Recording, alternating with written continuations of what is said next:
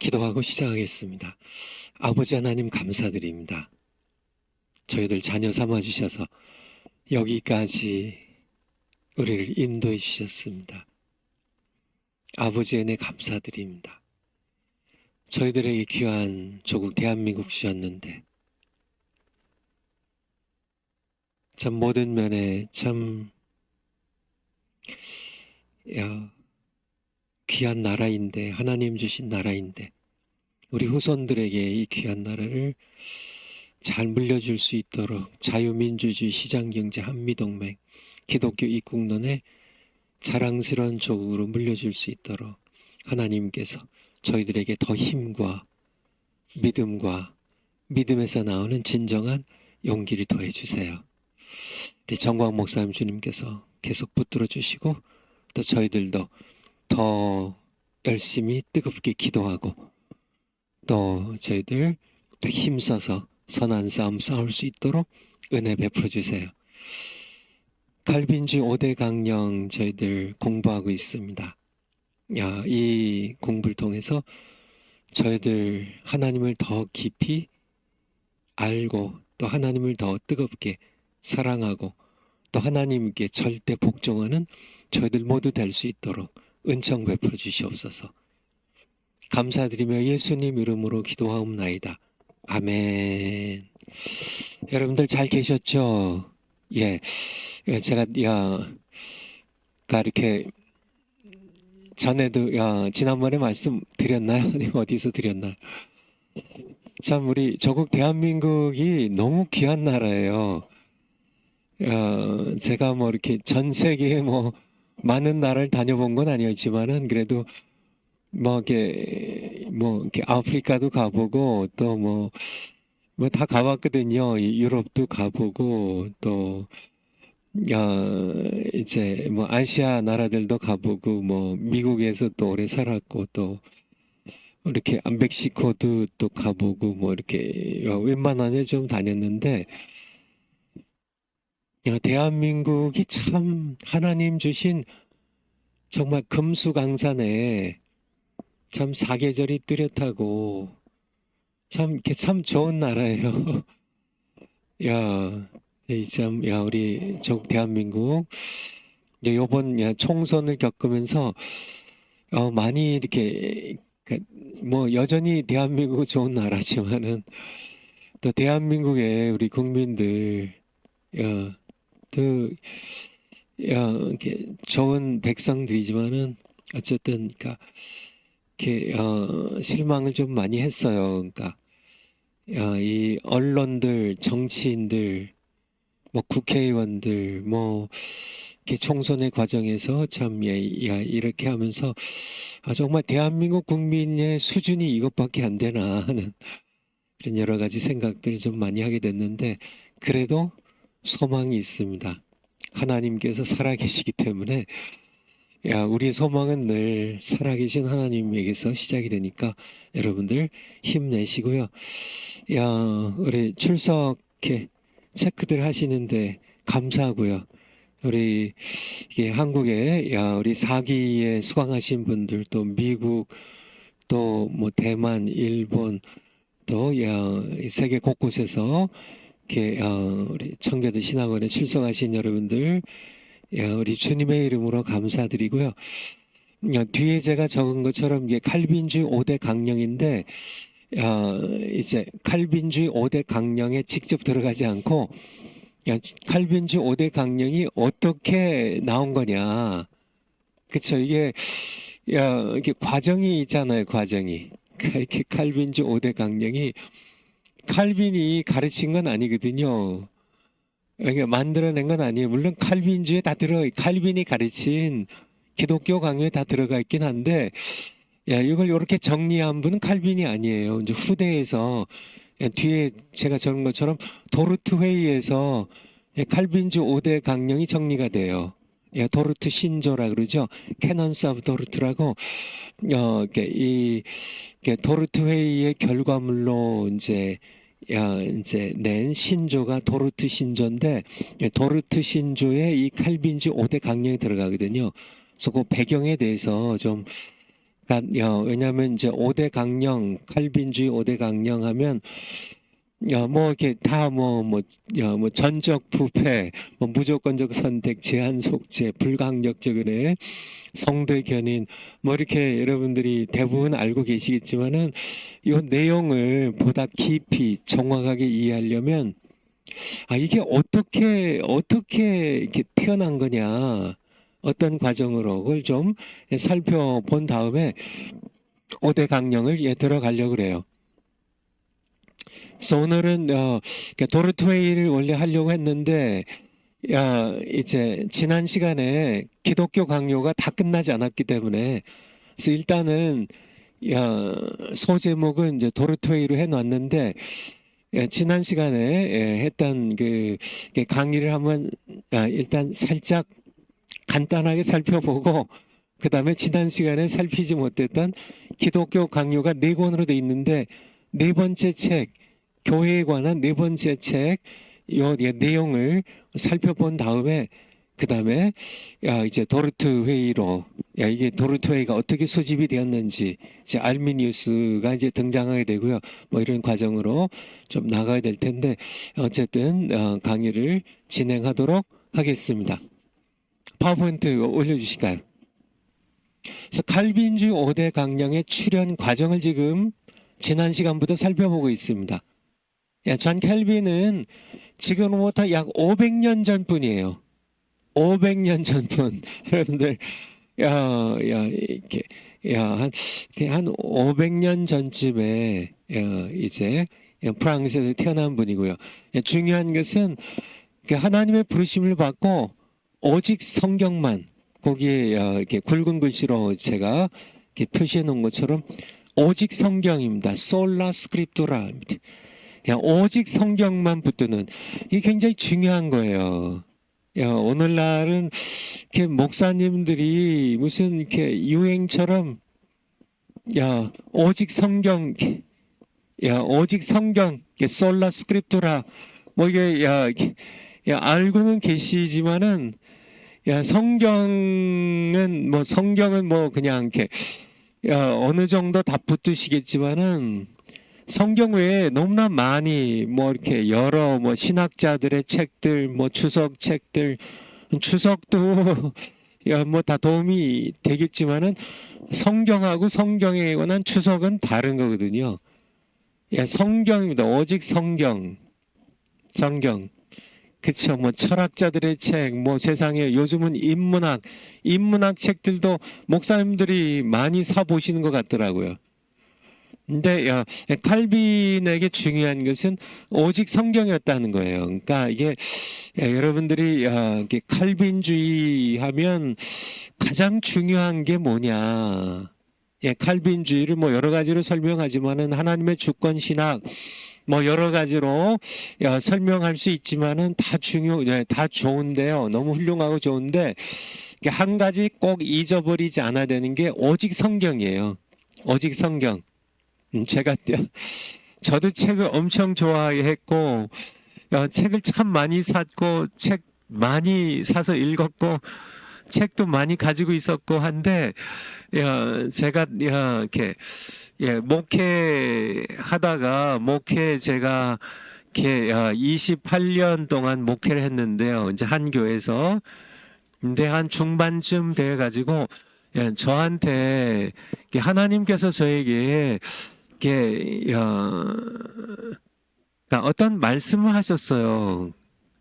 제가 이제 두 번째 책을 이제 인쇄를 하기 위해서 이제 넘겼는데요.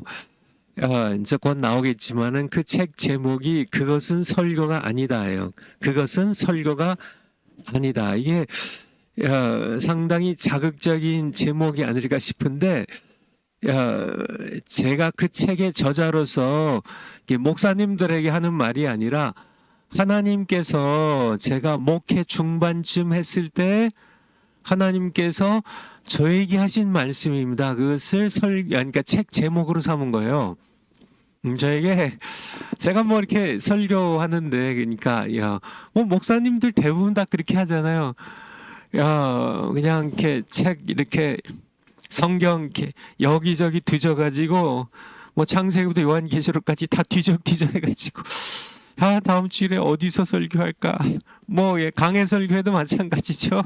뭐 예레미야서 뭐 이렇게 강해 설교를 하면 여기서 또 어떤 어디를 본문 삼아 가지고 어떻게 설교를 할까? 뭐 이렇게 내용을 제가 본문 정해 가지고 제가 내용을 채워서 설교를 해왔거든요. 그렇게 15년 넘게 했어요. 근데 하나님께서 어느 날 저에게 그렇게 새벽 시간에 말씀하셨어요. 새벽 예배 끝나고 기도 시간에. 내가 하는 설교는 설교가 아니다. 이렇게 말씀하셨어요. 그래서 그때 이후로 제가 모든 책들 더 이상 책 정말 다 이렇게 똥처럼 버리고 오직 성경과 기도만 가지고요. 설교를 하기 시작했는데요. 이렇게 한 10여 년 동안 했는데요. 그러니까 그 간증은 제가 책에 넣었으니까요. 오늘 길게 한 시간이 없으니까 지금 도르토에까지 가야 되는데 어쨌든 그래서 칼빈이 오직 성경만 붙드는 이게 굉장히 중요하다는 얘기예요. 오직 성경입니다. 오직 성경. 이게 굉장히 중요하다는 겁니다. 파워포인트 다음 거예요. 그래서 이제 다른 내용들은 제가 이제 교회 역사, 교회사는 이제 서유한 교수님 하시니까 제가 다룰 필요는 없고요.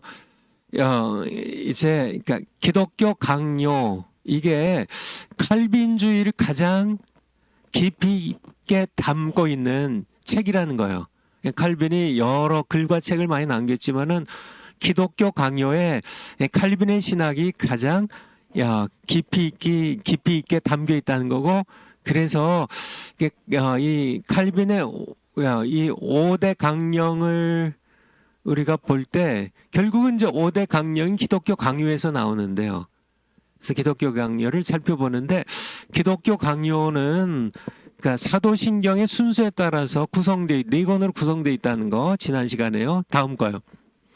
그래서 1권은 성부 하나님에 관한 겁니다. 이게 오른쪽에 있는 게 초판이고요. 인스티튜티오.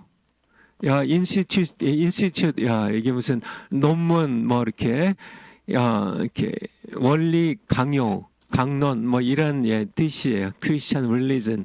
그래서 기독교 강요. 파워포인트 다음 거요.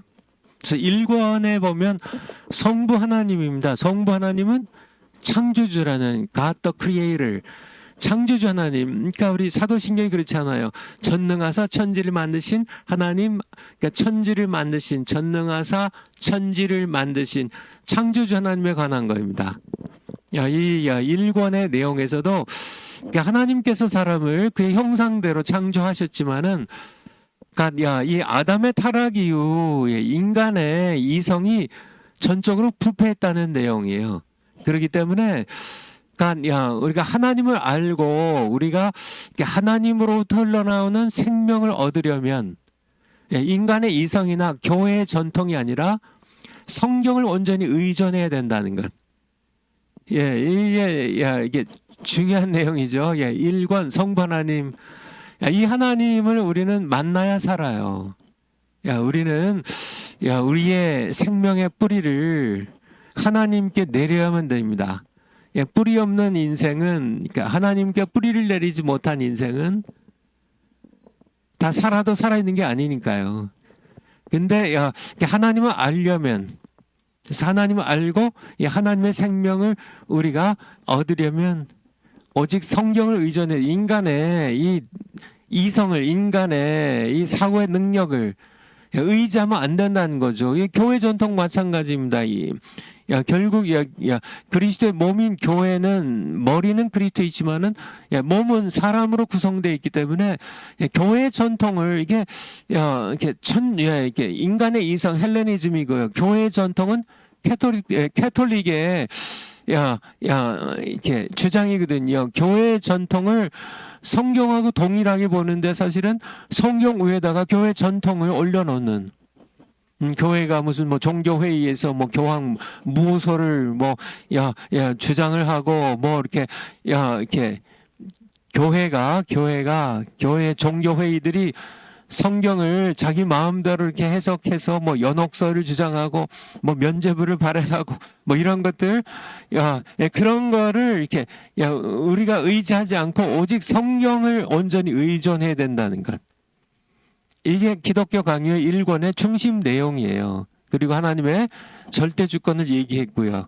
성부 하나님의 다음 거요. 이거는 성자 예수 그리스도인데요. God the Redeemer,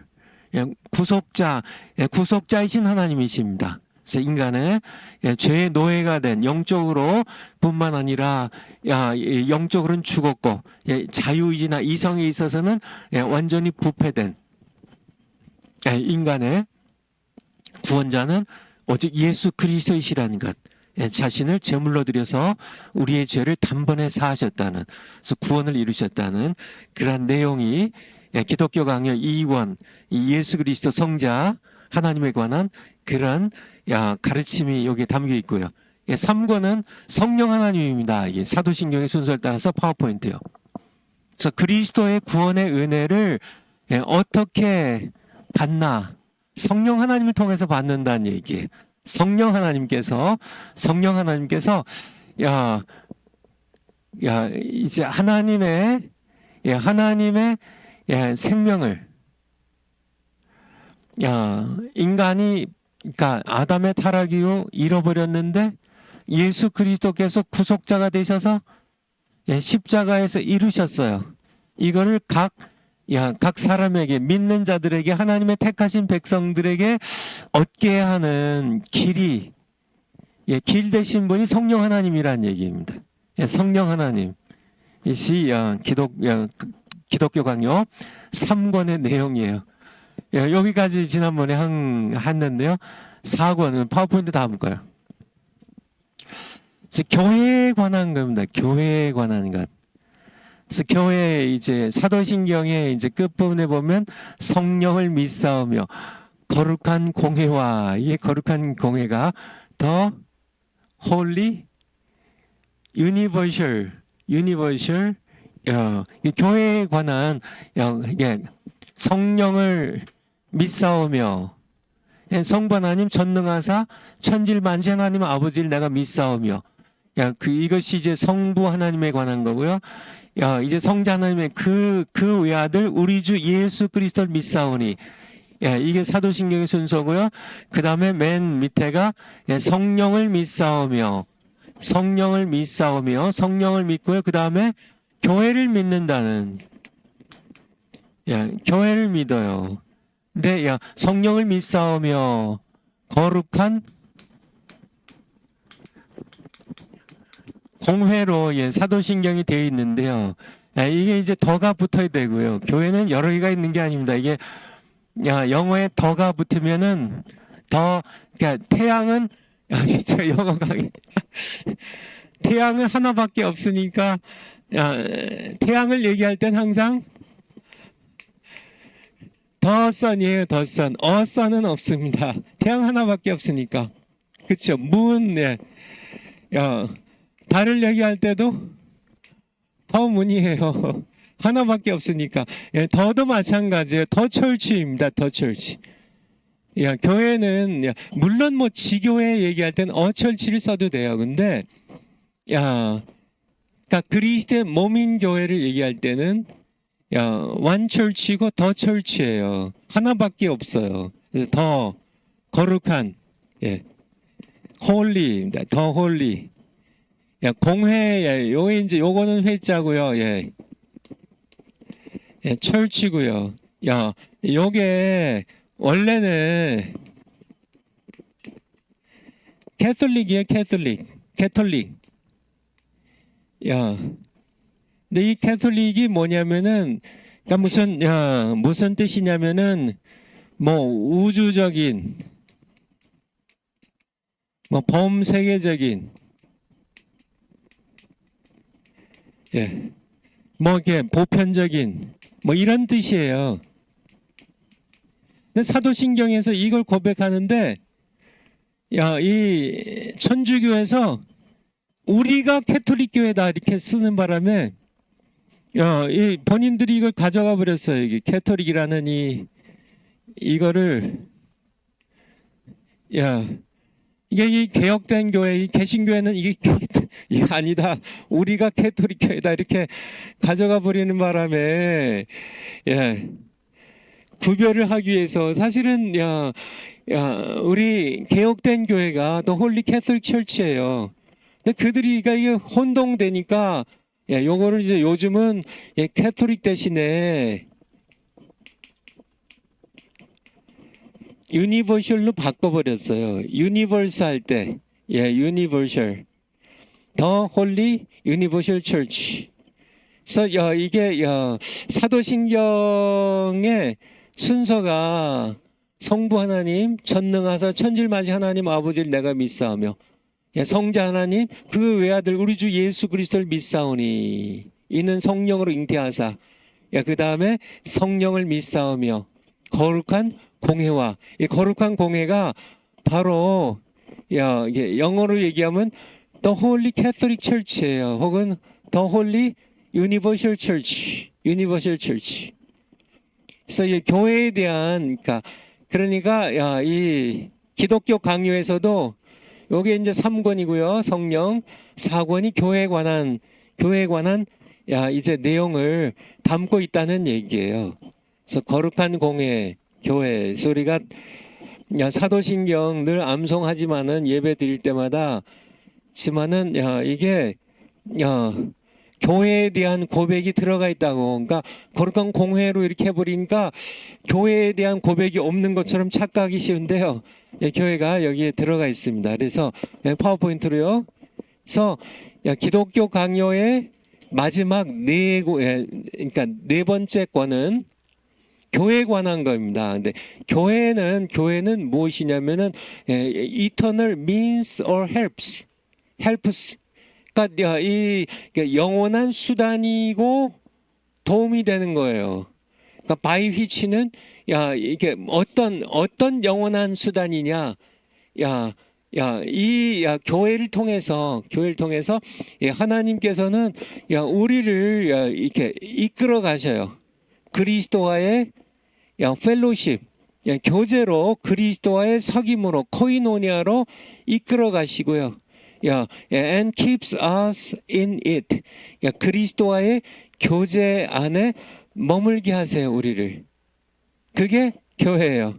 그러니까 무슨 얘기인지 아시겠죠? 교회란 제목이 좀 중요하죠.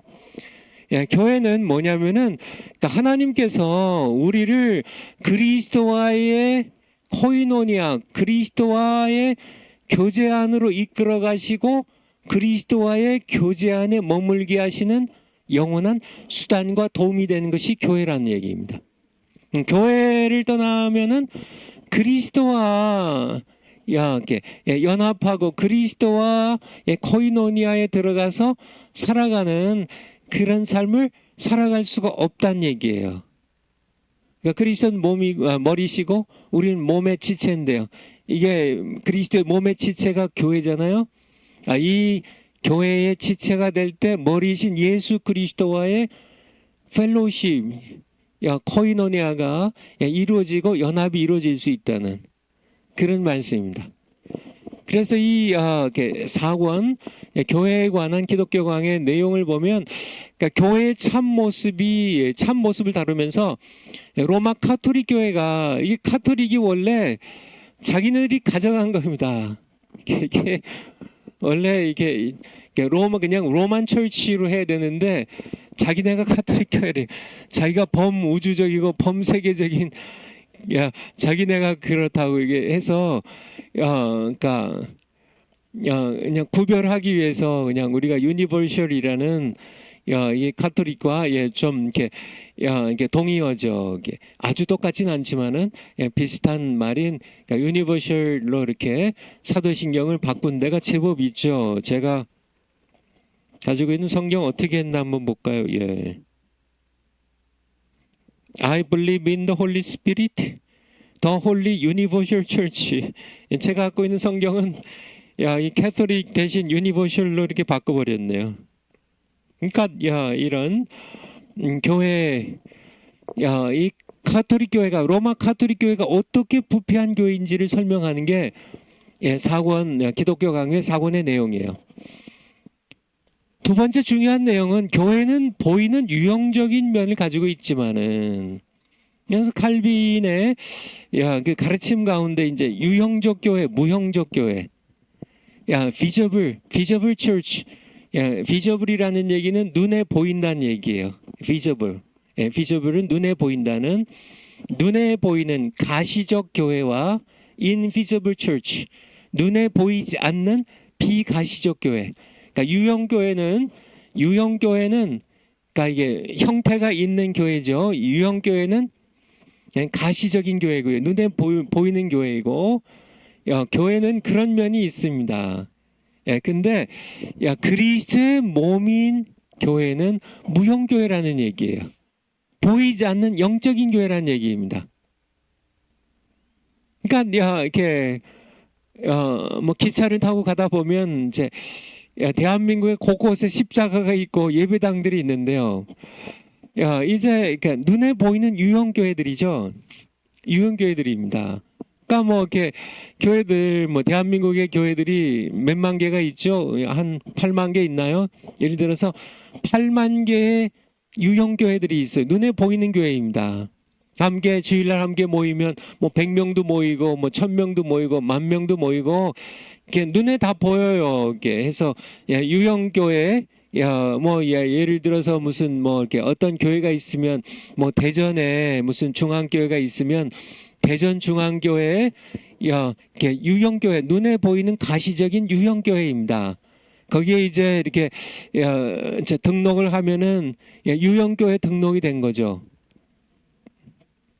지만은 교회는 유형적인 면을 가지고 있지만은 그게 다가 아니란 얘기예요. 실제 교회는 그리스도의 몸이고, 그리스도의 몸인 교회는 무형교회라는 얘기입니다. 누가 이 교회에 속해 있는지 안 속해 있는지는 정확하게는 하나님만 아세요. 각자의 신자들이 자신이 구원의 확신이 있고 해서 이제 성경에 근거해서 나는 그러니까 이렇게 눈에 보이는 가시적인 교회에도 속해 있지만은 나는 정말 그리스도의 몸의 지체야. 고린도전서 12장에서 말씀하신 것처럼 이렇게 몸은 하나이고 지체는 많다고 말씀하신 것처럼 정말 그러니까 그리스도의 몸인 보이지 않는 교회입니다. 이 무형교회, 이 무형교회에 속한 지체들만이 죄사함과 구원을 받은 자들이란 얘기예요. 예를 들어서 이제 천주교에서는 로마 카톨릭 교회에서는 그러니까 이렇게 천주교회 성당에 등록하고 뭐 영세 받고 뭐 이렇게 그들이 이제 주는 이 성례에 참여해서 성찬 예식 미사 이렇게 해서 그들이 주는 성체라 그러죠. 성체를 받아 먹으면 구원을 받는다고 그렇게 얘기하지만은 이 칼빈이 얘기하는 거는 아니란 얘기예요. 그거는 눈에 보이는 교회일 뿐이에요. 카톨릭 교회, 로마 카톨릭 교회, 천주교회에 등록을 한다 할지라도요. 다 구원받은 게 아니고 죄사함과 구원받고 천국 가는 게 아니고 그거는 가시적인 교회에 불과하다는 얘기예요. 가시적인 교회. 진짜 실제적인 교회는 무형교회라는 얘기입니다. 눈에 보이지 않아요. 보이지 않아요. 그래서 이 교회가 이렇게 뭐 십자가 있고 뭐 이렇게 건물이 있고 여기에 또 이렇게 등록해서 거기 다니는 성도들이 있고 다 눈에 보이죠. 그러면은 이렇게 그런 면이 있지만은 더 중요한 거는 그리스도의 몸 곧 무형교회라는 겁니다. 그래서 뭐 마찬가지죠. 이렇게 우리 개신교회 다니더라도 뭐 강남에 무슨 뭐 대형 교회 내가 등록해서 내가 뭐 세례 교인이고 아니면 내가 뭐 안수 집사고 내가 권사 장로고 그렇게 한다 할지라도 사실은 그거는 이렇게 눈에 보이는 가시적이고 유형적인 교회일 뿐이에요. 거기에 등록돼 있다 할지라도 뭐 강남에 무슨 뭐 소망교회, 뭐 사랑의 교회, 무슨 뭐 이런데 뭐 할렐루야 교회 뭐 이렇게 등록돼 있어서 뭐 이렇게 세례 교회인이고 뭐 다 하더라도 그게 죄사함과 구원을 보장하는 건 아니란 얘기예요. 이게 무슨 얘기인지 아시겠어요? 칼빈이 얘기하는 건 사실은 로마 가톨릭 교회가 유형적인 면으로 교회처럼 보이지만은 사실은 그리스도의 몸인 무형적인 교회 측면에서 보면 가톨릭 교회의 등록 교인들이 죄사함과 구원을 받은 자들이 아니라는 얘기예요. 그리스도의 몸인 무형교회에 눈에 보이지 않는 이 교회에 이제 등록이 되어야만, 예수 그리스도의 피로 등록이 되어야만 정말 성령으로 중생해서 그리스도의 피로 죄사함 받고 이런 자들이 그리스도의 몸의 지체가 되고 무형교회의 성도들이 된다는 그런 얘기입니다. 여러분 이해하시겠죠? 세 번째 이렇게 기독교 강요의 4권의 중요한 내용은 교회는 완전하지 않다는 얘기입니다. 로마 가톨릭 교회는 스스로 교회가 완전하다, 그러니까 완전하다고 그렇게 생각을 하니까요. 교황의 무오소리입니다. 교황이 무오소리. 교황이 이끌어가는 교회도 완전하다는 그런 가정하에 얘기를 하는 거죠. 그래서 교회가 만들어내는 그런 전통은 완전하다는 그런 전제하에 신앙생활을 강요하는데요. 칼빈의 얘기는 아닙니다. 교회는 완전할 수 없다는 얘기예요. 교회의 머리는 완전하세요. 그리스도는 완전하시지만은 그의 몸인 교회는 구성원들이 전적 부패한 인간들이기 때문에요.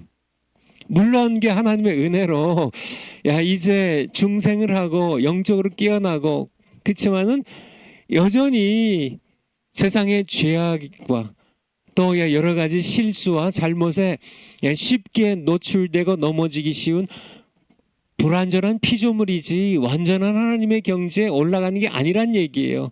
사람도 아니고요. 교회도 아니죠. 교회에 사람으로 구성되는 교회도 아니란 얘기입니다. 당연하죠. 교회가 완전하지 않다는 것은 성경적으로 봐도 그렇죠. 쉽게요. 소아시아의 7교회들 요한계시록 2장과 7장에 2장과 3장에 나와 있는 7교회입니다. 이 교회들이 완전해요? 아니 그 당시에 정말 초대교회로 예수님 이 땅을 다녀가신 지 얼마 되지 아니한 오순절에 성령이 부어졌는데요. 오순절에도 부어주시고, 그렇죠. 사마리아 교회도 부어주시고, 고넬료 집에도 부어주시고, 에베소 교회도 부어주시고, 성령을 계속 정말 부어주시는 그런 역사들이 진행되는 그 당시에도 교회들이 완전하지 않았는데, 에베소 교회가 완전했어요? 완전하지 않았잖아요. 너희가 첫사랑을 버렸다고 회개하라고, 너희가 어디서 떨어졌는지 처음 사랑을 다시 회복하라고. 완전하지 않잖아요. 사대교회 보세요. 사대교회 너희가 살았다는 이름을 가졌지만은 3장 1절 너희가 실상은 죽은 자라고.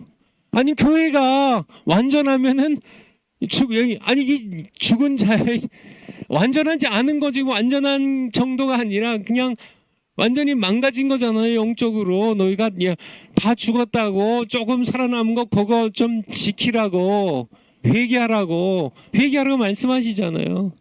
라오디게아 교회가 완전해요. 교회가 주님 말씀하시는 내가 정말 토하여 내치고 싶다고. 너희가 본다 하지만은 눈 멀었고 너희가 부자라 하지만은 너희는 헐벗었다고요. 그러니까 너희가 영적으로 완전히 그냥 이렇게 헐벗고 굶주리고 정말 모든 그런 이게 이렇게 완전히 교회는 결코 완전할 수가 없습니다. 천주교회 우리 모든 우리 신부님들 회개하셔야 돼. 교회는 완전하지 않아요. 성경으로 돌아가야만 됩니다. 성경으로. 근데 성경으로 돌아갈 생각하지 않고 성경은 뭐 그냥 뭐 성경을 이렇게 버리는 건 아니지만 버릴 수가 없으니까요. 교회 전통 붙잡고 교황 붙잡고 그렇게 이게 다 이게 치명지. 그래서 교회는 완전하지 않아요. 그렇지만은 작은 불의가 있다고 해서 교회를 떠나면 안 되죠. 그렇죠. 그러면 세상에 붙어 있을 교회가 어디 있어요? 완전히 뭐 빌리그람 목사님 설교 1950년대 60년대 초기 설교를 들어보니까 지금부터 오래전이죠. 빌리그람 목사님 젊었었던 시절에 그분 설교 들어보니까 그런 내용이 나오더라고요. 그러니까 교회는 완전하지 않다고. 그래서 완전한 교회를 찾는다면, 지구상에서 완전한 교회를 찾는다면 가지 말래요. 당신이 가면 그 완전함이 깨어지니까. 무슨 얘기냐면 완전한 교회는 없다는 얘기입니다. 완전한 교회가 없어요. 교회는 완전하지 않아요. 그러니까 뭐 이렇게 뭐 작은 불의를 보고 막 교회에서 그러니까 막 분란을 일으키고 뭐 이렇게 하는 분들이 계신데, 그러면 안 되죠. 완전한 교회는 없어. 자기도 불완전하면서 왜 교회의 불안정에 자기 때문에 불완전한 게 더해지는 건데, 그냥 뭐 바리새인처럼 그냥 꼬장 해가지고 교회에 그냥 뭐 눈에 불을 켜고 목사님의 실수를 그냥 찾아내고, 뭐 설교를 들을 때 그냥 목사님 실수하는 거 그냥 찾아내가지고 일일이 그냥 비난하고 막 그냥 소문 퍼뜨리고 막 교회를 어떻게든지 그냥 자기의 그냥 불꽃 같은 눈으로 이제 살펴가지고 교회에 잘못된 것들 찾아내가지고 뭐 그렇게 하려고 하는 그런 성도들이나 정말 그런 모든 이단 대책위 뭐 이런 이런 모든 사람들, 자기네들이 훨씬 더 더럽고 불의하고 불완전한데, 예수님 말씀대로 너희 눈에 대들보는 못 보고 남의 형제의 티끌은 보냐고. 당신들의 눈에 대들보 먼저 빼라고요. 예수님 말씀이잖아요. 그래야 밝히 보고 형제 티끌을 빼줄 수 있을 것이라고 산상수훈에서 말씀하고 계시잖아요. 마태복음 7장 1절부터요. 그러니까 교회는 완전하지 않아요. 이게 칼빈이 정말 대단하죠. 26살 때부터 이렇게 엄청난 글들을 썼으니까. 그래서 작은 불의로 교회를 떠나면 안 돼요. 완전한 교회가 없으니까. 나도 불완전한데, 그렇죠? 머리이신 예수님을 늘 바라보면서 정말 불완전한 교회가 보다 더 정말 이렇게 바르게 하나님 앞에 설 수 있도록 기도하면서 섬겨야 되겠죠. 그렇지만은 교회가 교리적으로 치명적 오류를 범하면 이게 회복 불가능해. 그러면 그 교회를 떠나는 것이 정당하다는 얘기입니다. 그래서 면죄부나 교황 무호설이나 연옥설 등 뭐 그 외에 뭐 많죠. 중대하게 비성경적인 교회를 가르치는 카톨릭 교회는 참교회가 아니므로 떠나는 것이 옳다. 이것이 기독교 강요 4번째 4권의 내용이에요. 하지만은 일단은 뭐 집이 이제 집에 살아요. 근데 집이 완전할 수 있어요? 지구상에 이 땅의 집은 완전할 수가 없습니다. 뭔가 좀 뭐 창문이 시원찮을 수도 있고 페인트가 벗겨질 수도 있고 뭐 지붕이 조금 잘못될 수도 있고 뭐 담장이 어떨 수도 있고 방바닥이 어떨 수도 있고 뭐 파이프에 구멍이 날 수도 있고 녹이 슬 수도 있고 뭐 여러 가지로 뭐 히터가 뭐든지 좀 완전한 조금이라도 있죠. 그럴 때마다 이 집을 버릴 수는 없잖아요. 그냥 고쳐서 써야죠. 그렇지만은 교회가 그러니까 집이 완전히 기우뚱해가지고 넘어지면은 그거를 다시 이렇게 세우느니 차라리 떠나서 다시 짓는 게 낫다는. 완전히 다, 그러니까 이거는 고쳐서 쓸 수 없을 만큼 그렇게 더럽혀지고 무너지고 정말 이 기둥들이 다 썩고 정말 지붕이 다 파헤쳐져 가지고 전부 지붕이 다 썩고 뭐 이렇게 된다면 차라리 교회를 떠나서 다시 짓는 게 낫다는 거죠. 이게 그래서 개혁된 교회가 시작이 된 겁니다. 네 번째, 그리스도는 베드로나 교황을 교회의 머리로 임명하지 않았다는 얘기예요. 성경은 계속 사도 바울의 모든 서신서들 그는 교회의 머리니, 예수님이 교회의 머리이시지, 그쵸? 베드로를 교회 그건 아니란 얘기죠. 교황이 교회의 눈에 보이는 머리가 되고 그건 말이 되지 않습니다. 그리고 사실은 그러니까 교황이 그리스도를 대체해버리는, 그리스도는 그냥 뭐 조각상에나 남아 있고요. 조각상에 남아있는 그리스도도 그냥 성모 마리아라고 하는 이 조각상에 안겨있는 애기 모습으로만 거의 남아있는, 아니면 십자가에 못 박혀 죽어있는 모습으로 남아있는, 이게 다 잘못된, 아니 다 성경적인 사실이죠. 마리아에게서 태어난 것도 사실이고 십자가 못 박혀 죽으신 것도 사실인데, 왜 예수님, 부활하신 예수님을 바라봐야지 이제. 그래서 지금 여기 교회의 머리이시고 교회를 통치하시는 부활하신 영원한 왕이신 예수님을 복종해서 받들어야지. 왜 예수님을 늘 마리아의 품에 안겨있는 갓난아기로 해가지고 예수님이 힘없는 어린아이처럼, 그리고 십자가에 못 박혀 죽으신 예수님입니다.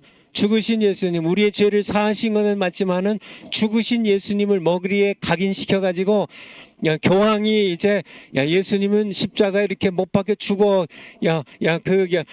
성당의 벽에 걸려 있을 뿐이고 이렇게 살아있는 머리인 교황이 교회를 통치하는, 이게 다 잘못된 거죠. 교회의 머리는 오직 예수 그리스도예요. 이분은 동정녀 마리아에게 잉태하여 태어나시고요, 십자가 못 박고 죽으셨지만은 3일 만에 부활하셔서 지금 여기 살아계신, 내가 세상 끝날까지 너희와 항상 함께 있으리라고 하시는, 두세 사람이 내 이름으로 모인 곳에는 나도 그들 중에 있느니라고 하시는, 지금 여기에 우리가 예수 그리스도의 이름으로 함께 모이면 두세 사람이 모이는 그곳까지 찾아오셔서 촛대 사이를 거느리신 예수님, 살아계신 예수님, 나를 친히 다스리시고 인도하시는 예수님, 누구든지 내가 문 밖에 서서 두드리노니, 요한계시록 3장 20절이죠. 누구든지 내 음성을 듣고 문을 열면, 마음의 문을 열면 내가 그에게로 들어가 그로 더불어 먹고 그와 함께 먹고 그는 나로 더불어 먹으리라고요. 우리 안에 들어오셔서 친히 나와 함께 삶을 살아가기 원하시는 예수 그리스도, 이분이 교회의 머리이시죠. 그저 그냥 성당의 벽에 못 박혀 죽어 계신 예수님이 아니란 얘기예요. 이게 바로 제4권 교회에 관한 가르침인데요. 파워포인트 다음 거예요. 그리스도께서 정하신 예식은 오직 두 가지란 얘기예요.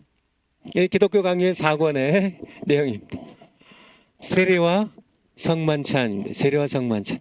그 외의 예식은, 왜냐하면 이게 지금 그러니까 종교 개혁의 과정 가운데 쓰여진 책이기 때문에, 이게 천주교회가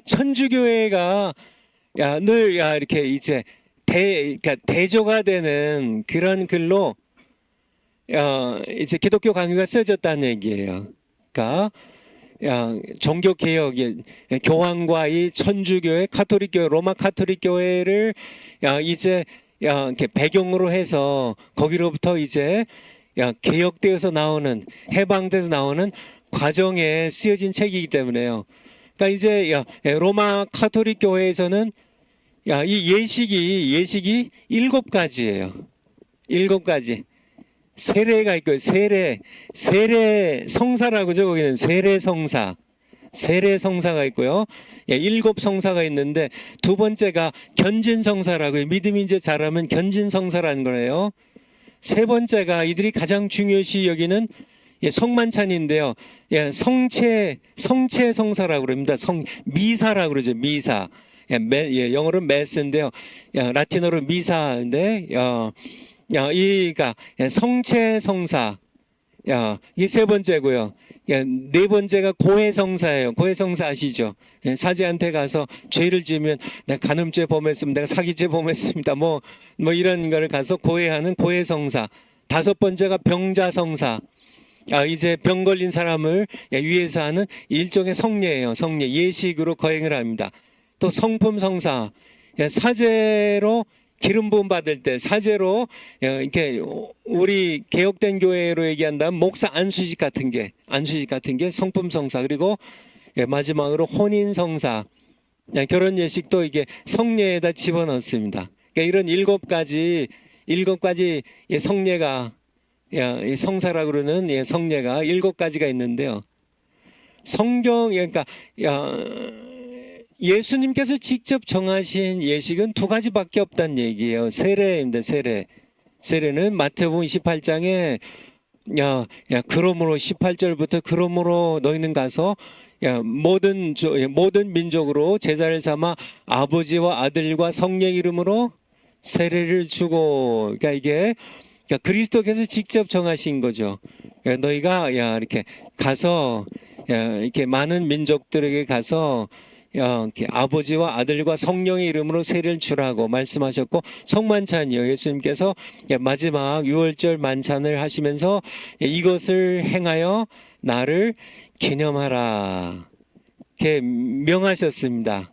그래서 이 두 가지가 그리스도께서 정하신 예식이고요.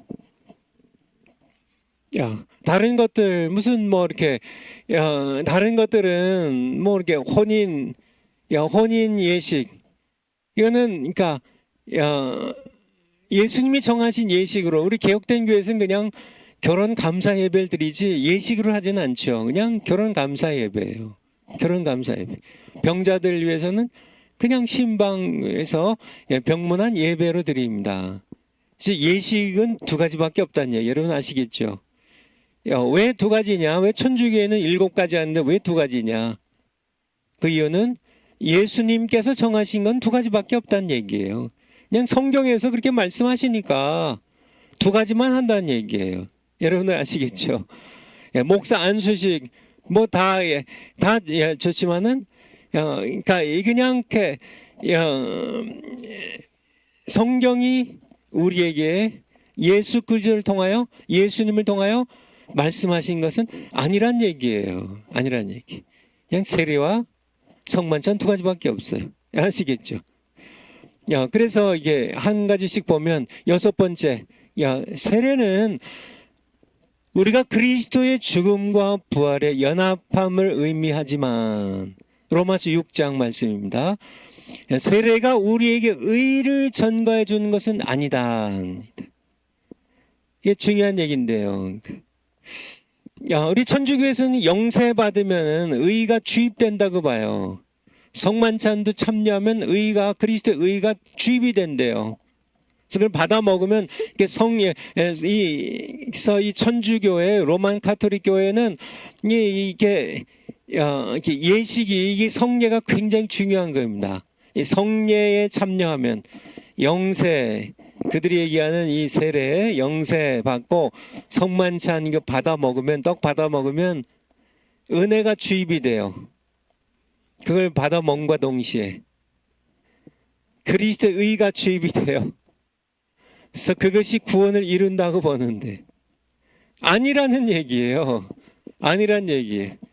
교회에서도 천주교에 가르치는 것처럼 가르치는 목사님들이 혹시 있을 수 있는데요. 세례 받으면 구원 받는다고. 세례 받으면 구원 받는 거 아닙니다. 그리스도의 의가 전가되는 거 아니에요. 구원 받았기 때문에 세례를 받는 거지. 의를 구원 받고 의를, 그리스도의 의를 내가 받기 위해서 세례 받는 게 아니라고요. 이거 차이를 여러분 아시겠죠? 내가 구원받기 위해서 세례 받는 게 아니에요. 구원 받았기 때문에 세례를 받는 거지. 그리스도의 의를 전가받기 위하여 세례받는 게 아니에요. 그리스도의 의를 내가 받았기 때문에 세례를 받는 거지. 그러면은 우리에게 구원과 그리스도의 의를 전가해주는 구원은 세례가 아니면 뭐냐? 뭐예요, 여러분들? 믿음이에요. 은혜와 믿음이에요. 은혜와 믿음. 이게 종교 개혁도 마찬가지고, 켈빈의 기독교 강요도 마찬가지고, 켈빈주의도 마찬가지고, 이게 많은 분들이 잘 모르는데요. 그래서 저희가 이제 목회할 때도 이제 그렇고요. 지금 은퇴하고 여기 나와 있어도 저희 성도님들 가운데는 이제 한국에 이제 부모님들이 계신 분들이 계세요. 그래서 이제 좀 이렇게 목사님 좀 시간 나시면 우리 엄마 아직 안 믿는데 좀 이렇게 우리 엄마에게 세례 좀 해주세요. 이렇게. 근데 세례는 안 받아도 구원을 받을 수 있지만은, 왜냐하면 세례가 우리에게 의의를 주는 건 아니에요. 그리스도의 구원의 의의는 세례를 받으면, 이게 천주교는 그렇게 가르치죠. 그래서 그게 아니고요. 이 의의는 오직 믿음으로, 나의 의의는 오직 믿음으로 말미암아 받는다고. 뭐 성경에 그쵸? 많죠. 하박국서에 나오고요. 한번 성경 한번 찾아볼까요? 로마서 1장 17절.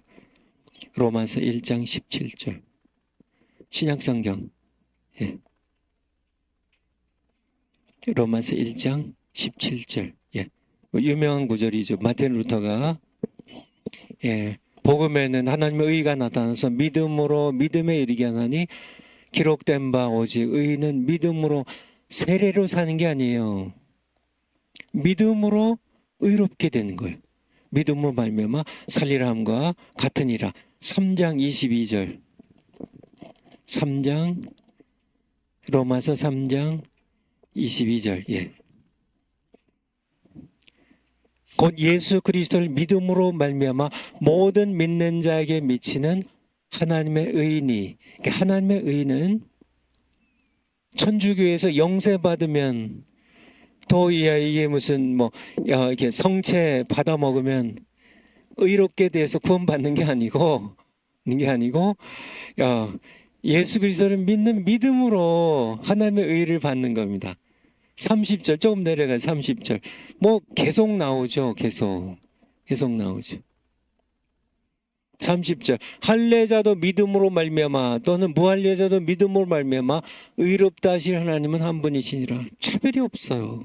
믿음으로 예수 그리스도를 믿는 믿음으로 의롭다. 예수 그리스도를 믿는 믿음이 우리를 구원하는 거지 세례가 구원하는 게 아니란 얘기예요. 예수님의 한편에 강도가 그쵸. 예수여, 당신의 나라에 들어갈 때 나를 기억하소서. 예수님 뭐라고 말씀하세요? 오늘 내가 나와 함께 낙원에 있으리라. 예수님 옆에 있던 한편에 있던 그 강도는 세례 안 받았잖아요. 세례 받아도 지옥 갈 수 있고요. 예수님 진짜로 믿지 않고 예수님 믿는 믿음이 없어요. 근데 그냥 세례 그냥 받았어요. 다 믿는다고 가짜로 얘기하고 그럼 천국 갈까요? 아니에요. 세례가 가게 하는 게 아니고 예수님을 믿는 믿음이 가게 하는 겁니다. 믿음이요. 갈라디아서도 마찬가지로 갈라디아서 2장 16절. 갈라디아서 2장 16절. 갈라디아서 2장 16절.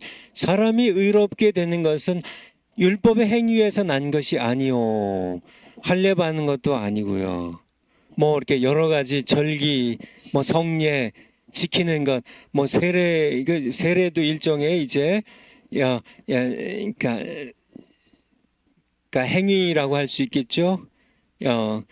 그게 아니고 오직 예수 그리스도를 믿음으로 말미암는 줄 아는 거로 우리도 그리스도 예수를 믿나니 이는 우리가 율법의 행위에서가 아니고 그리스도를 믿음으로써 의롭다함을 얻으려 함이라. 그러니까 의롭다함을 얻으면 이제 하나님의 심판을 받지 않고 구원 얻는다는 뜻인데요. 그러니까 율법의 행위로서는 의롭다함을 얻을 육체가 없어요.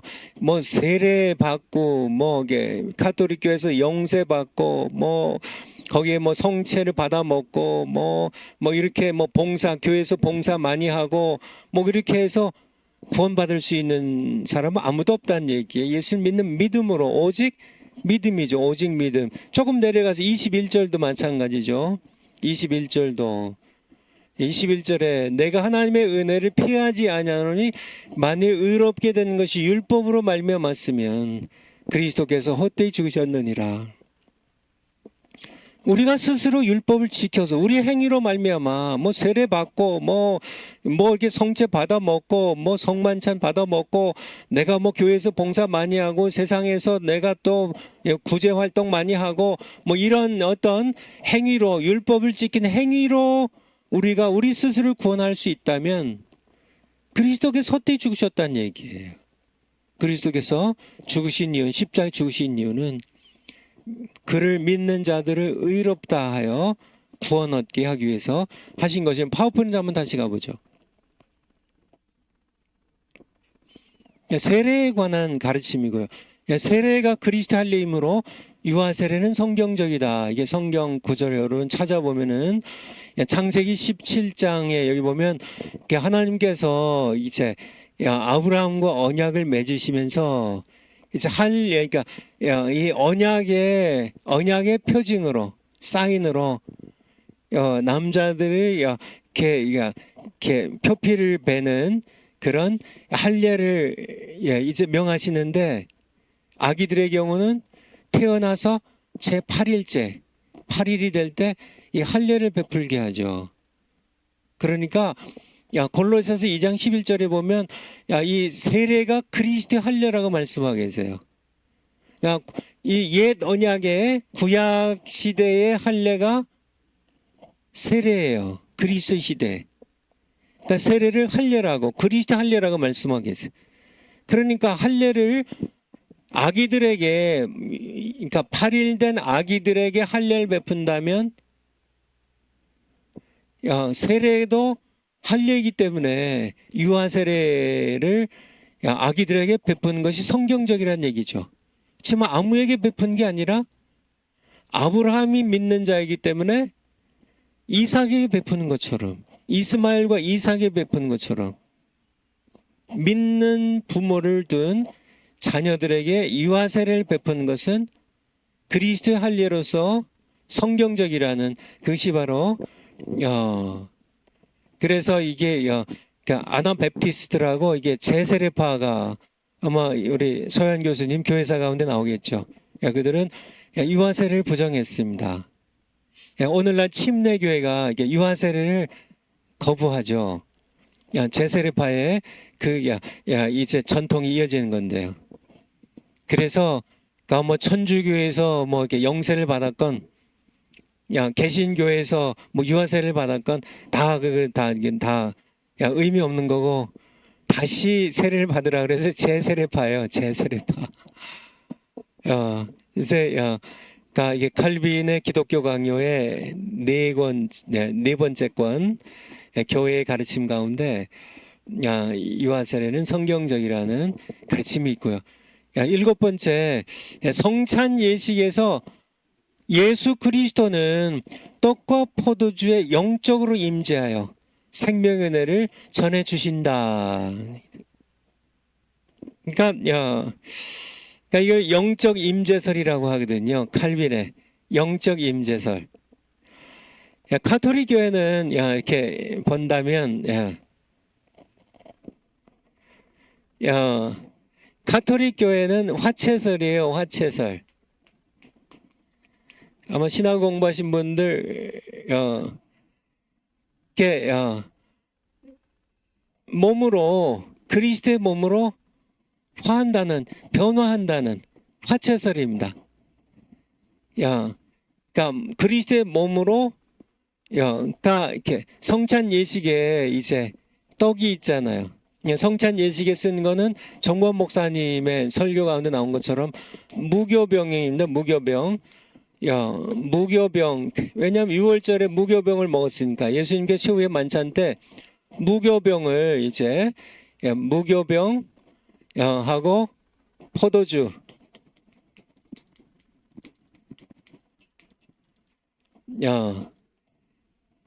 그래서 이제 두 가지 이걸 이제 떡으로 번역이 되어 있고 이제 포도주로 번역이 됐는데요. 이거를 이거는 누룩을 베이킹 파우더를 넣지 않은 그냥 이렇게 이제 밀가루를 이제 물로 반죽하고 기름으로 구워낸 그런 이 무교병을 이제 이렇게 예수님께서 최후의 만찬 때 찢어서 주시고 제자들에게 이것은 내 몸이니 이것을 받아 먹으라고 그리고 또 포도주 잔을 가지시고 이거를 받아 먹으라고 이것은 많은 사람들 너희의 죄사함을 위하여 흘리는 나의 피 곧 새 언약의 피라고 이게 이제 예수님의 몸을 가리키는 거고 예수님의 피를 가리키는 거죠.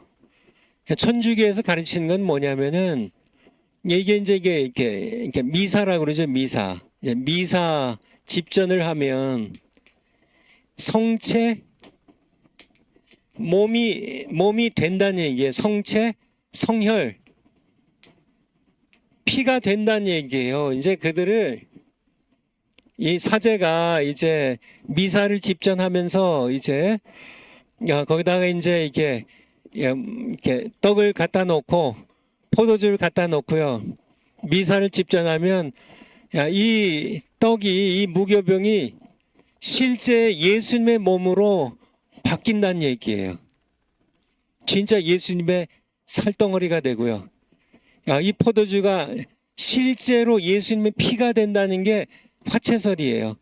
성체 성혈이라고 그래요. 성체 성혈. 성체 성혈 예식입니다. 성체 성사라 그러죠. 화채설 이게 화채설이에요. 화채설. 그래서 얘들은 보통 이렇게 일반 이렇게 신도들에게는 포도주를 안 줘요. 이게 떡만 이렇게 조그만 조각으로 해가지고 입에 쏙쏙 넣어줍니다. 그러니까 진짜 예수님의 피이기 때문에 한 방울도 땅에 떨어지면 안 되기 때문에 우리 개신교에서 이렇게 뭐 하다가 이렇게 잘못해서 실수로 없을 수도 있고요. 뭐 이렇게 옮기다가 좀 방울도 떨어질 수 있는데 그들의 입장에서는 그거는 완전히 불경건한 그런 왜냐하면 이렇게 그들은 어디다가 초점을 맞추냐면 이것은 내 몸이니 이것은 이렇게 너희를 위하여 흘리는 언약의 피 나의 피 곧 새 언약의 피다 이렇게 말씀하셨기 때문에 진짜 예수님의 살덩어리라고요. 진짜 예수님의 피로 완전히 이게 물이 포도주로 변하는 이 가나 혼인 잔치에 요한복음 2장의 가나 혼인 잔치에 물이 포도주가 되듯이 포도주가 피가 되는 사건이 이게 미사 그들의 집전이에요. 그 다음에 이제 공제설인데요. 공제설인데요. 이건 이제 루터의 이건 이제 카톨릭적이고요. 진짜 이렇게 이 무교병에 이 밀가루가 예수님의 살덩어리로 이렇게 진짜 바뀌는 게 아니고 그냥 이게 밀가루는 그냥 밀가루 그냥 있고 포도주도 그냥 포도주 그냥 있는데 포도주 성분은 그냥 있는데 공제입니다. 공제. 이게 이제 화채설은 트랜스란 얘기는 이렇게 트랜지스터 뭐 이렇게 트랜스란 얘기는 그러니까 변화된다는 뜻이에요. 트랜스 substantiation인데요.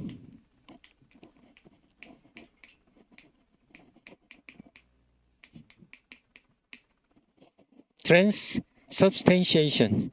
이게 이제 화채설이에요. 근데 이게 공제설은 뭐냐면 콘, 이건 함께라는 뜻이에요. 콘이란 얘기는 함께, substance, 야, substance는 구성 물질이에요. 구성 물질. 야, substance, 물질이 공제, 같이 있다는 얘기예요. 그리스도의 몸도 여기에 실제 그리스도의 몸이 여기에 같이 있다는 얘기예요. 실제 그리스도의 피가 포도주는 그냥 포도주이지만은 여기에 그리스도의 피가 함께 있다는 얘기예요. 이게 공제설입니다. consubstantiation. 예, 이 명사형으로 예. 이게 공제설이죠. trans 변화했다는 거고 이 화채설은 transubstantiation, 공제설은 콘 함께 있다는 얘기죠. substance가 이 그러니까 포도주 성분과 그리스도의 피가 같이 있다는 얘기예요. 공제설. 여러분 복잡하죠. 뭐 잘 모르셔도 돼요. 예, 영적 임재설인데요. 이거 뭐 쉽게 이해할 수 있겠고요. 예. 칼빈이 주장한 건데요. 그냥 무교병이 떡은 떡이란 얘기예요. 포도주는 그냥 포도주고 이게 변화되는 건 아니란 얘기예요. 단지 영적으로 예수님께서 영적으로 임재하 계시다는 게. 그래서 이게 성찬 예식할 때 떡을 받아 먹고 포도주를 받아 먹으면은 거기에 영적으로 루터의 견해는 사실은 천주교회랑 상당히 가깝죠.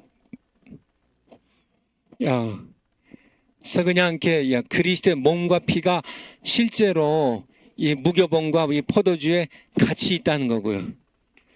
맨 이쪽에 있는 게 기념설인데요. 메모리얼리즘인데요.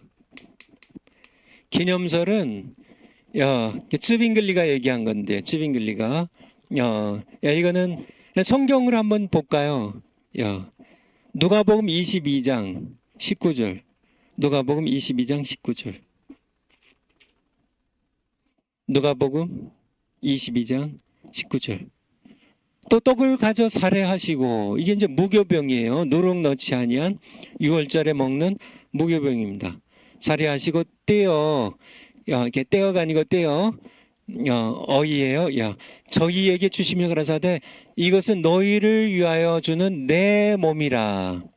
천주교에서는 그러니까 이게 이제 예수님께서 상징적으로 얘기하신 건데 이거를 실제적으로 해석해 가지고 봐라 이 떡이 예수님 몸이 아니냐. 그러니까 이게 우리가 이제 미사 집전하면 이 떡이 예수님의 몸으로 완전히 바뀌어서 예수님의 살덩어리를 먹는 거다. 그래서 이게 은혜가 주입되고 그리스도의 의가 주입된다는 이를 너희가 이를 행하여 나를 기념하라. 이 쯔빙글리가 이렇게 주장하는 거는 기념하라. 이건 기념하는 거지. 기념하는 거지. 실제로 그게 진짜 예수님의 살덩어리가 되고 예수님의 피가 십자가 2000년 흘리신 그 피가 그러니까 이렇게 뭐 사제들이 뭐 신부들이 뭐 이렇게 집절하면은 진짜 십자가에서 뚝뚝 떨어진 핏방울처럼 그게 피로 이렇게 눈으로 봐도 그렇고 맛을 봐도 그렇고 손으로 만져도 그렇고 성분을 분석해 봐도 거기 어디 무슨 예수님의 피의 성분이 사람의 피도 아니고 예수님의 피도 아닌데 예수님의 피가 아니죠. 이거는 상당한 지나친 그 오역이죠. 너무 과장된 그런 성경 해석이고요. 쯔빙글리는 기념하라가 한 거라고. 그러니까 늘 기념해야죠. 예수님이 나 때문에 그의 몸이 십자가에서 찢겨 죽으셨고 이것을 행하라고 해서 우리가 기념한다는 쯔빙글리죠. 또 22절도 마찬가지고요. 저녁 먹은 뒤에 저기 22절이 아니고 22장 어쨌든 이게 잔도 나누셨다는 거고요. 이게 또 어디 나오냐면 고린도전서 11장 고전 11장 23절 고전 11장 23절. 예. 내가 너희에게 전한 것은 주께 받은 것이니 곧 주 예수께서 잡히시던 밤에 떡을 가지사 축사하시고 떼어 가라사대. 6월절에 이제 이렇게 무교병 이렇게 전병을 이렇게 찢어서 뜯어서 떼어 가라사대 이것은 너희를 위하는 내 몸이니 이것을 행하여 나를 기념하라 하시고. 25절에 또 식후에 또한 이와 같이 잔을 가지시고 가라사대 이 잔은 내 피로 세운 새 언약이니 이것을 행하여 마실 때마다 나를 기념하라. 기념설입니다. 그래서 성경적으로 보면 이 로마 카톨릭의 이게 화채설은 이거는 제가 보기엔 이거는 말도 안 되는 지나친 해석에 불과하고요. 그러니까 이게 사제나 이게 천주교의 권위를 세우는 데는 이게 필요한지 모르겠죠. 그러니까 이제 그냥 정말 뭐 예수님의 살과 피를 본인들이 만들어내니까, 그러니까 이제 사제의 권위가 뭐 로마 교황청의 교황의 권위가 뭐 하늘을 찌르는 겁니다. 그래서 막 뭐 신년 뭐 미사 드릴 때면 전 세계에서 막 몰려가가지고 뭐 부활절 뭐 이렇게 뭐 미사를 드리거나 뭐 이렇게 여러 이제 뭐 직접 하면 예수 그리스도의 무슨 뭐 이렇게 살과 피를 직접 본인들이 만들어내니까 뭐 엄청난 권위죠. 그래서 와서 그거 하나 받아 먹으려고 막 비행기 타고 막 몰려오고 막 수만 명씩 몰려와서 그거 받아 먹고 그거 받아 먹으면은 천국 가는 줄 알고 죄사함 받고 구원 받는 줄 알고 그렇게 또 가르치고 하는데 그거는 아니란 얘기예요. 아니란 얘기. 어떻게 실제로 예수님이 그렇게 수없이 또 죽으세요. 그렇게 또 살이 찢기시고 또 피 흘려서 단번에 영원한 제사를 드리신 겁니다. 더 이상은 없어요. 그냥 한번 갈보리 언덕 십자가 위에서 단번에 영원한 제사를 한 번 드리시고 끝난 거지. 그리고 다 그 피로 그 십자가의 의로 다 용서받고 구원받는 거지. 뭐 이걸 받아 먹을 때마다 또 예수님의 살덩어리가 되고 예수님은 또 피를 흘리셔서 거기에 또 피가 흘러나오고 이런 건 아니란 얘기죠. 기념하는 게. 화채설은 말이 안 되고 공제설도 천주교를 이렇게 완전히 벗어나지 못한 그런 게 타협안에 불과하고요. 그래서 영적 임재설과 쯔빙글리의 기념설이 성경적이라는 말씀을 드리는 겁니다. 파워포인트를 한번 가보죠. 성찬 예식에 관한 말씀입니다. 이 성찬 예식이 중요해요. 이제 칼빈주의에서 교회의 3대 참교회의 3대 표지 얘기죠. three marks.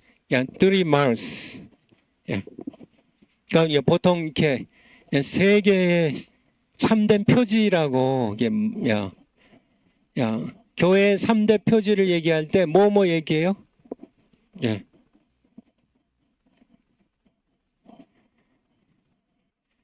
교회 3대 표지를 얘기할 때 참교회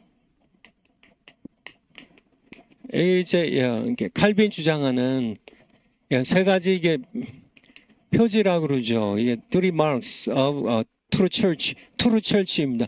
그러니까 이게 그러니까 로마 카톨릭 교회는 트루처치가 아니라는 얘기예요. 3대 표지가 첫 번째가 말씀이에요. faithful preaching of the word. 말씀을 신실하게 전하는 faithful 신실한 preaching of the word. 말씀 하나님의 성경 말씀을 신실하게 전해야 된다는 거. 이게 첫 번째고요. 두 번째가 뭐예요?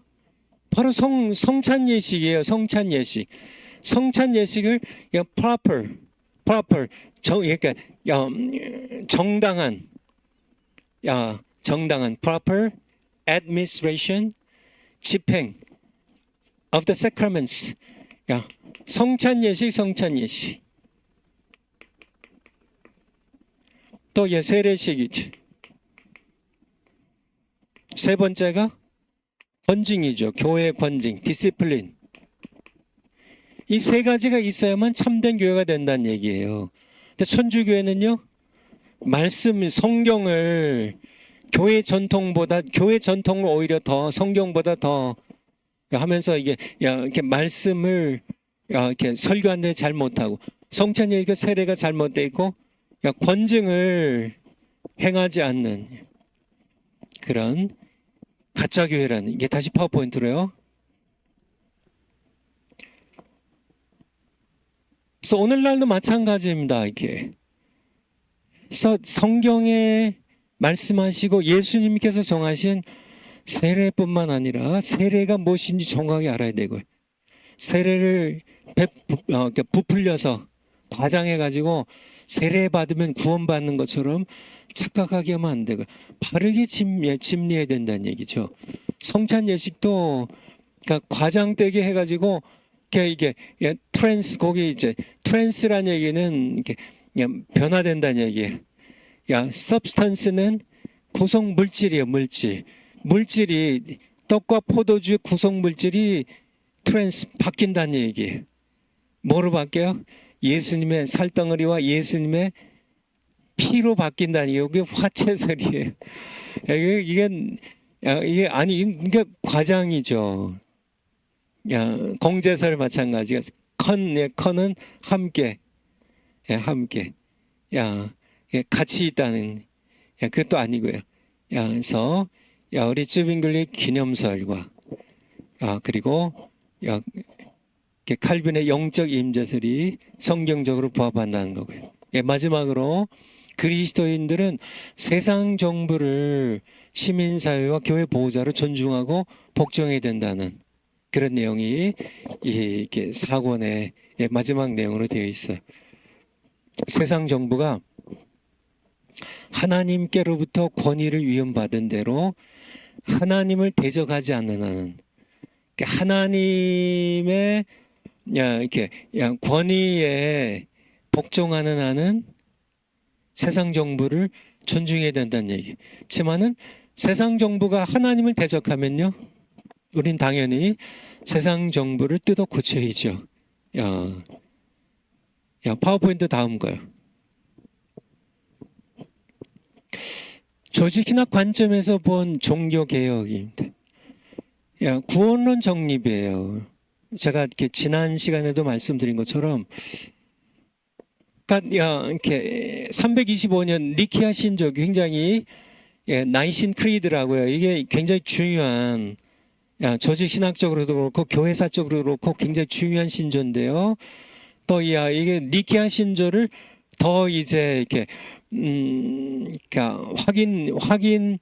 강조 확인한 381년 컨스탄티노플 신조, 이 두 신조에 반영된 이레니우스와 이그나티우스, 저스틴 마터란 얘기는 순교자죠.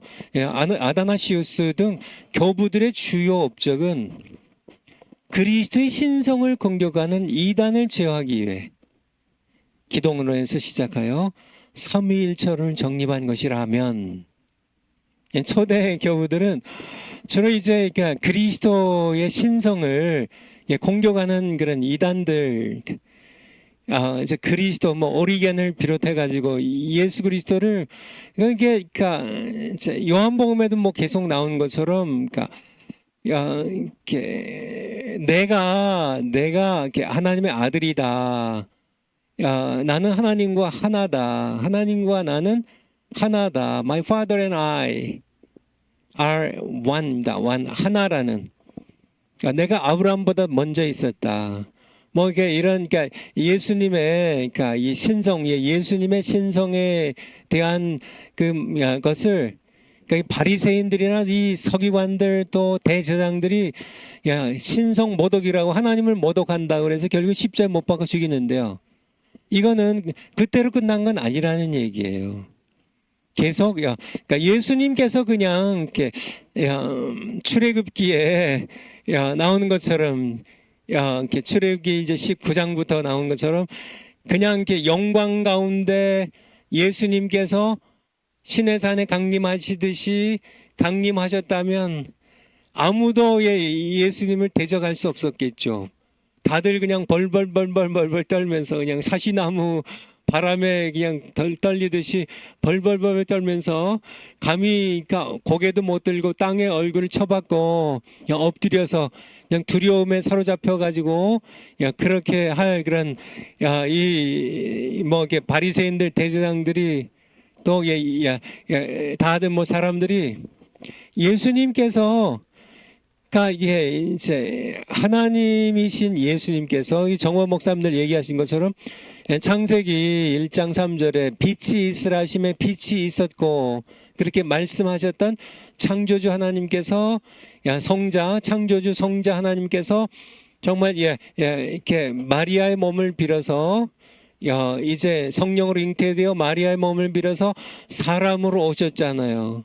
요한복음 1장 14절에 말씀이 육신이 되어 사람이 되어 우리 가운데 거하심에 우리가 그의 영광을 보니 아버지의 독생자 영광이요 은혜와 진리가 충만하더라. 말씀이 성육신이 인카네이션입니다. 제가 사실 전공이 요거 기독론 가운데도 인카네이션인데요. 인카네이션 그러니까 성육신이죠. 성육신. 말씀이 육신이 되는 사람이 되어 이 땅에 오시는. 근데 그렇게 그러니까 오신 이유는 사람이 되어야만 십자가에 죽을 수 있기 때문이에요. 그래서 예수님께서는 성육신 하신 목적은 쉽게 얘기하면 십자가에 죽기 위해서 피 흘려 죽기 위해서요. 죽기 위해서. 근데 예수님께서 사람으로 오시니까 인자로 또 Son of Man이죠. 인자로 사람의 아들로 오시니까 사실 자기들을 구원하기 위해서 사람의 몸을 입고 오신 건데 끊임없이 예수님 공생의 당시도 마찬가지고요. 예수님 당시 하나님의 아들이 아니다. 뭐 하나님 해방하지 말라. 뭐 오늘날까지요. 이슬람교에서도 다 마찬가지, 유대교도 마찬가지로 하나님은 아들 주신 적이 없다고. 예수님은 하나님이 아니시라고 계속. 근데 이거는 뭐 예수님 공생의 당시만이 아니고 오늘날만이 아니고 기독교 2000년 역사 가운데 끊임없이 되어온 겁니다. 예수님 하나님이 아니시라는 거예요. 뭐 그래서 뭐 양자론이니 뭐 여러 가지 이제 이단들이 등장하고 그러니까 이게 원래 사람이었는데 하나님께서 양자 삼으셨다는 얘기예요. 그래서 이렇게 하나님의 아들로 이게 승격이 되셨다는 게 양자론적 이단이라 그러죠. 뭐 이제 뭐 또 뭐 데미오르게 해가지고 이렇게 사람보다 높지만은 하나님보다는 낮은 어떤 그런 신적인 존재 뭐 이런 식으로 그리스도의 완전한 하나님과 완전한 사람됨을 그러니까 완전한 하나님이 되시려면 완전한 사람이 될 수 없고 완전한 사람이 되려면 완전한 하나님이 될 수 없다는 그런 인간의 이성에서 나오는 이 헬레니즘의 이원론적인 그런 사고 방식으로 계속 그리스도의 신성을 공격하는 이단들을 제어하기 위하여 이것이 이게 초대 이제 이 교부들의 주요 업적이에요. 뭐 여러 가지 많은 업적들을 세웠지만은 조직 신학적 관점에서 보면 기독론에서 시작하여 서 예수님께서 완전한 하나님이시고 완전한 하나님께서 완전한 사람이 되시고 이렇게 본질적으로 한 하나님이신데 한 분 two natures in one person 우시한 하나이신데 이 네이처가 이게 디바인 네이처와 휴먼 네이처가 동시에 계신 참 우리를 구원하기 위한 그런 이 기적적이고 신비한 그런 몸을 가지고 이 땅에 예수님께서 성육신하여 오셨습니다. 이거를 정립한 게 이게 니케아 신조와 컨스탄티노플 신조는 바로 기독론에 시작된 삼일체론 정립이에요.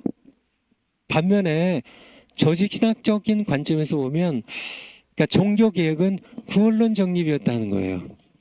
루터나 츠빙글리 칼빈 등 16세기 종교개혁자들은 교회와 신자들 외에 많은 영향력을 미칩니다.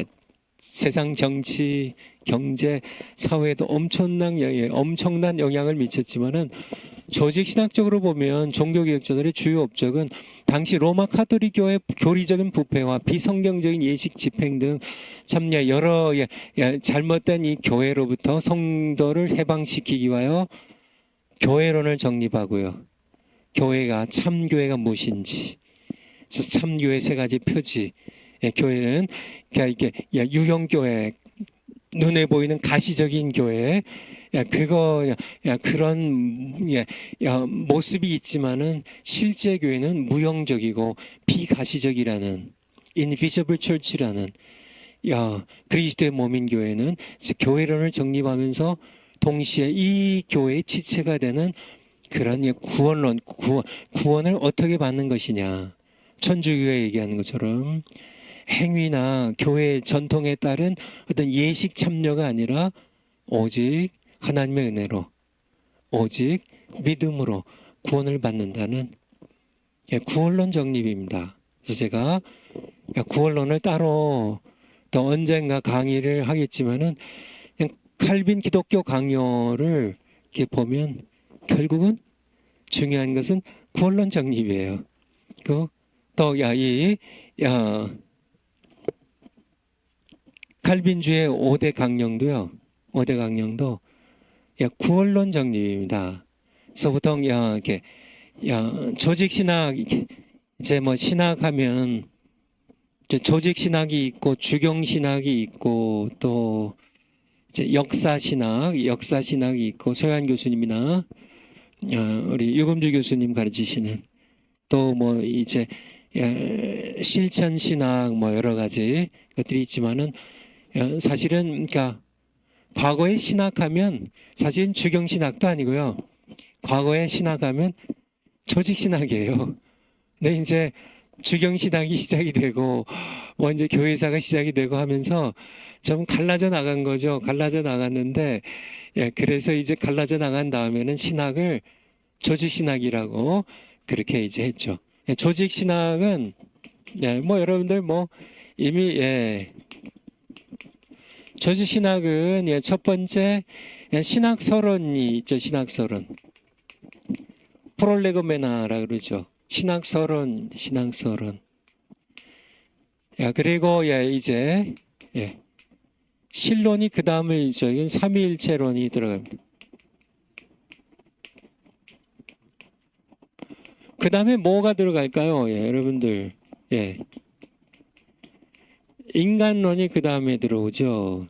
하나님 살아계신데 인간이 얘는 인죄론이라고 해요. 인간의 죄, 하마르톨로지. 네 번째가 뭘까요? 기독론입니다. 기독론은 기독이 그리스도니까 그리스도론이죠. 다섯 번째가 구원론이에요. 구원론. 구원론.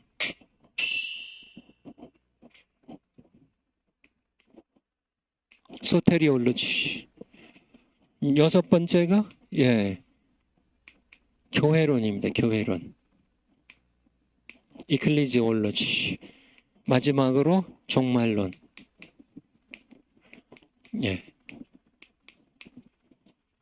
그런데 초기에 교부들이 뭐 니케아 신조나 컨스탄티노플 신조나 이제 이 기독론과 이게 이제 초대 교부들이 정립을 했다고 하면은 종교개혁자들은요? 종교개혁자들은 바로 이게 이제 교부들이 이제 아다나시우스나 뭐 이레니우스나 이제 루터나 칼빈이 한 게 이게 이제 개혁자들이 한 게 구원론 정립입니다. 그래서 제가 이게 칼빈주 5대 강령을 하는 그러한 저기는 구원론을 칼빈주의 5대 강령으로 설명하려고요. 그래서 오늘은 여기까지 하고 다음 주에 또 이제 계속 이어가도록 하겠습니다. 기도하고 마치겠습니다. 아버지 하나님 감사드립니다. 저희들 하나님의 은혜로 믿을 때 구원해 주심을 감사드립니다.